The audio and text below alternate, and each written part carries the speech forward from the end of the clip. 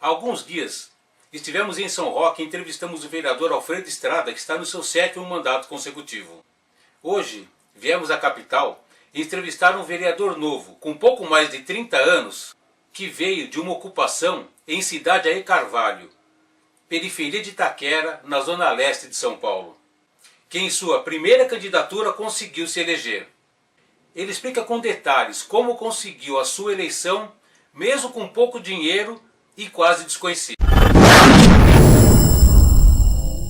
Vereador Alessandro Guedes, primeiro eu agradeço a sua disponibilidade de estar falando com a nossa audiência.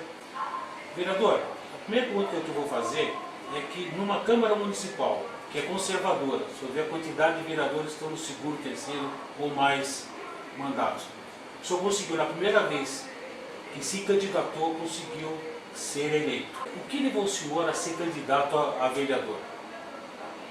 Primeiramente, boa tarde, agradeço a visita. Eu sou oriundo de uma região muito humilde da cidade de São Paulo.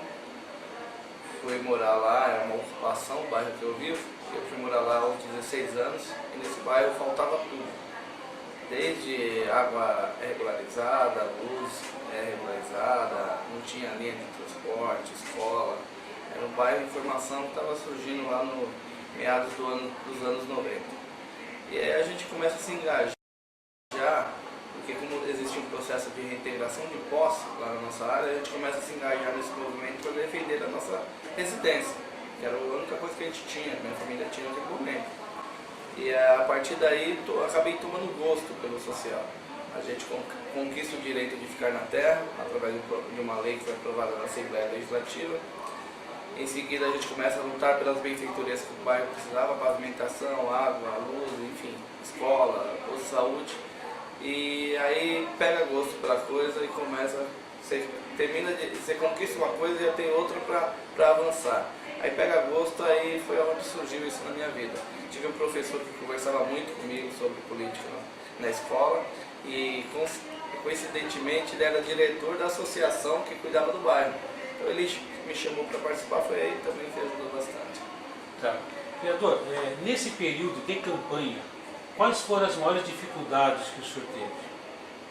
Olha, como você falou, é muito difícil você entrar para esse meio sendo jovem demais. Eu fui candidato com 32 anos de idade, sem recurso financeiro para fazer uma campanha gigante, sem ser conhecido, muita dificuldade pelas pessoas não nos conhecerem. Por mais que você trabalhe, você corre bastante, as pessoas às vezes não são muito ligadas na política, no que está se desenvolvendo, quem é que está fazendo aquilo.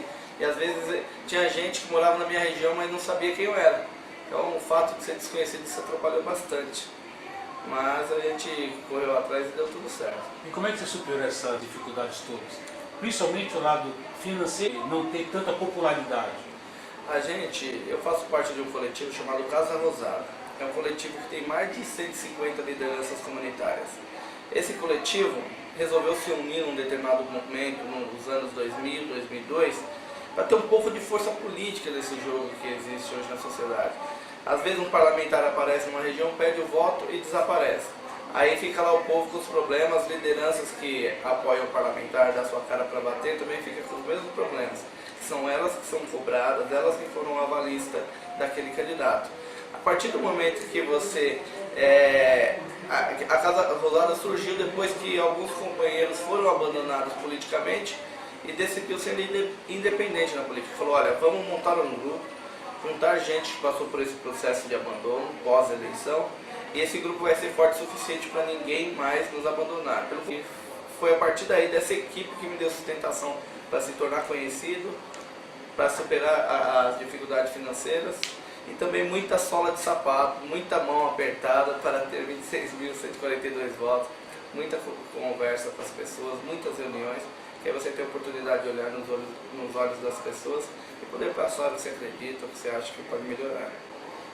Você tocou num ponto interessante. O que você achou que foi fundamental para o senhor conseguir a quantidade de votos? Olha, eu vou te falar, o trabalho de equipe. Primeiro que nós não saímos candidato se aventurando. A gente sabia que a gente estava disputando. O grupo, como eu falei, tem 15 anos. tem 3 anos que a gente disputou a eleição para vereador, vai fazer 4 agora. Então esse grupo tinha um trabalho, uma bagagem muito grande. A gente se preparou, fez muita... Quando a gente apoiava um parlamentar, ele devolvia para nossas bases sociais que a gente cuida, o que ela esperava dele, o compromisso. A gente sempre partiu da premissa que é melhor falar um não e explicar do que um sim e não cumprir. Então a partir daí a gente conseguia retornar das comunidades e oferecer minimamente aliviar o sofrimento em alguns pontos que ela necessitava. Então o grupo foi se fortalecendo, as nossas entidades, dessas lideranças, mais de 70 são associações, as nossas entidades nós fomos buscar projetos para ela dentro do governo. Por exemplo, a gente tem implantamos um projeto via Ministério do Trabalho, curso de qualificação profissional. E a partir daí a gente levava cursos para as comunidades, para as associações, ajudava as pessoas. Isso foi um dos polos, dos fatores que determinou também o nosso sucesso. Mas parceria na área do esporte, com programas esportivos que existem no governo, mas só que às vezes não chega até a ponta, falta de conhecimento, falta de interesse do político de preparar uma entidade e cuidar dela, oferecer para ela o benefício, enfim, uma série de fatores. Vereador, uma outra pergunta. De todos, assim, você tem vários projetos na área de saúde, de prevenção de droga, de esportes, enfim. Quais são os que o senhor considera os de maior relevância? Olha, eu estou aqui, se somar as minhas 2 passagens, dá 1 ano e meio. Porque eu fiquei de suplente, aí assumi 10 meses em 2013 e assumi agora, vai fazer 1 ano que eu assumi. Então vai dar 1 ano e 10 meses. E nesse período a gente conseguiu aprovar 2 projetos de lei. Um que reduz a idade do homem para a isenção no pagamento de transporte urbano, que o homem era 65 anos, até 65 anos pagava a passagem, hoje reduziu para 60, igual as mulheres, né? Direitos iguais. Uma isonomia. Exatamente, direitos iguais. E outro que também foi meu primeiro projeto que eu apresentei na casa, trata justamente do acolhimento, atendimento de saúde, atendimento habitacional e qualificação profissional para moradores em situação de rua. Porque se deparar com um ser humano nas condições que a gente vê pela cidade é muito difícil. Então esses 2 projetos viraram leis.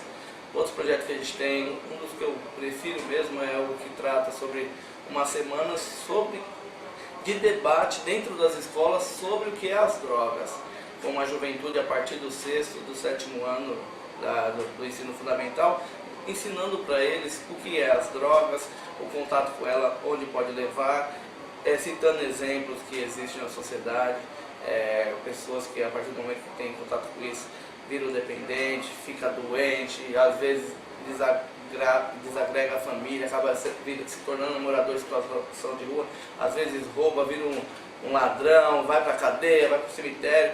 Um debate envolvendo os adolescentes, envolvendo os pais que têm todo interesse nisso, envolvendo a sociedade como todo o sistema de saúde, de segurança, e todo mundo ganharia com isso. O jovem, quando está iniciando a sua adolescência, às vezes ele acredita que sabe tudo. Ele vai para a rua, às vezes o pai fala, a mãe fala, mas ele ouve o amigo da rua. A partir do momento que ele faz um trabalho semanal, se dedica uma semana para debater isso, no final tem que apresentar um trabalho que vale nota, ele vai ser obrigado a entender o tema. Aí se ele continuar no interesse de ter contato com isso, não é porque ele não sabe onde ele está entrando, ele vai saber onde está entrando, não vai ter justificativa depois, mas pelo menos a gente vai poder pegar aqueles desavisados, aquelas pessoas que podem ser influenciadas por outros. Uma das funções do nosso portal é fazer com que nós tenhamos eleitores mais conscientes e também que algumas pessoas que se sintam encorajadas a se lançar como candidato. Eu pego muito que nós só vamos tirar os maus políticos quando nós colocarmos bons políticos. Isso é bem um exemplo disso. O que o senhor pensa sobre isso? Olha, é muito triste quando eu apareço numa comunidade, porque eu sou um cara que apareço. Eu não sou um cara que fica atrás de uma mesa dentro de um gabinete. Eu sou um cara que vou para a rua, encontro os problemas das pessoas e a gente tenta encaminhar para o executivo, seja a subprefeitura, seja a secretaria. E às vezes quem aparece recebe a rejeição que existe hoje no Brasil em relação à política. Isso é ruim. Mas você colocou aí, separar o joio do trigo. Hoje você entra no computador, qualquer site de busca e coloca lá o nome da pessoa, você sabe o histórico da vida dele desde quando ele nasceu. Então é muito fácil hoje você pesquisar sobre a vida de uma pessoa. E o voto ele transforma para o bem ou para o mal. Não adianta se reclamar que a política é ruim, que o mal toma conta. Lógico que o mal toma conta, quando o bem se encosta, o mal toma conta. E as pessoas que reclamam, que discutem, além de votar consciente, é interessante de repente pensar em seguir esse caminho. De repente contribuir para a sua cidade, contribuir para o seu bairro, se candidatando. Isso é muito interessante. Então eu acredito, me falavam na campanha passada, Alessandro, poxa, você tem umas ideias legais, mas você vai ter, se você ganhar a eleição, chegar lá, ninguém vai te deixar trabalhar, porque lá o povo não deixa as pessoas que querem trabalhar. Eu falava, olha, eu sou candidato, se você mudar um que você acha que é ruim lá, entra o bom. E se a sociedade toda agora mudar pelo menos a metade? Nós estamos no momento eleitoral. Vai entrar metade com o mesmo pensamento. Já é um embate, um equilíbrio dentro da casa que as coisas podem avançar. O que a gente não pode é desistir mesmo. Porque tem gente que conhece dificuldade e pobreza lendo livros. Tem gente que conhece porque vive, porque passa. E se tivesse a oportunidade de ter a caneta na mão, ajudaria a transformar. Então essas pessoas têm que se candidatar, têm que apostar em alguém. Tem que ajudar a conscientizar a nação que existe bons políticos, como existe bons pedreiros, como existe bom eletricista, bons cabeleireiros, porque todas as profissões tem um cara que é bom e um cara que não faz jus à profissão, que acaba envergonhando ela. Então na política não é diferente. Vereador, para encerrar, eu queria que o senhor deixasse uma mensagem para a nossa audiência. Então, primeiramente, parabenizar vocês pelo trabalho, esse trabalho importante nesse momento difícil que vive o nosso país, onde o parlamentar, o agente público é cada dia mais discriminado, criminalizado. É a oportunidade de fazer um debate, de colocar o outro lado, de buscar novos nomes, de colocar opiniões, é extremamente importante.